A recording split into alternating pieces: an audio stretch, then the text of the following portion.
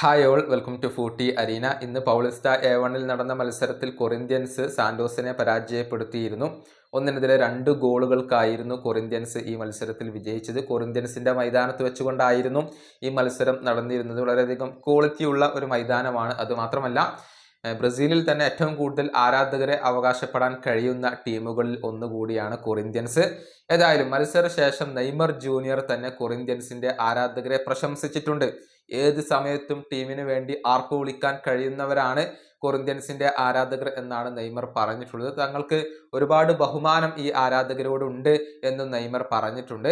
അദ്ദേഹത്തിന്റെ വാക്കുകൾ ഇങ്ങനെയാണ്: ഇവിടെ കളിക്കാൻ സാധിക്കുക എന്നത് എപ്പോഴും ഒരു നല്ല കാര്യമാണ്.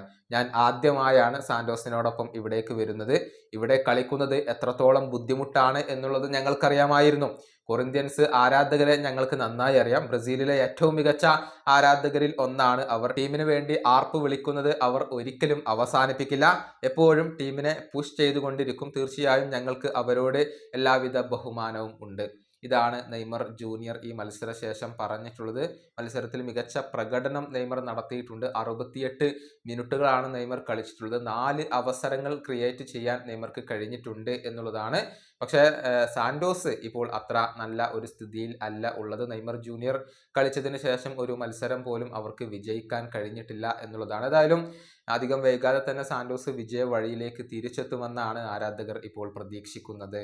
ഈ വീഡിയോയുടെ അവസാനിപ്പിക്കുന്നു. അടുത്ത വീഡിയോയുമായി വീണ്ടും കാണാം.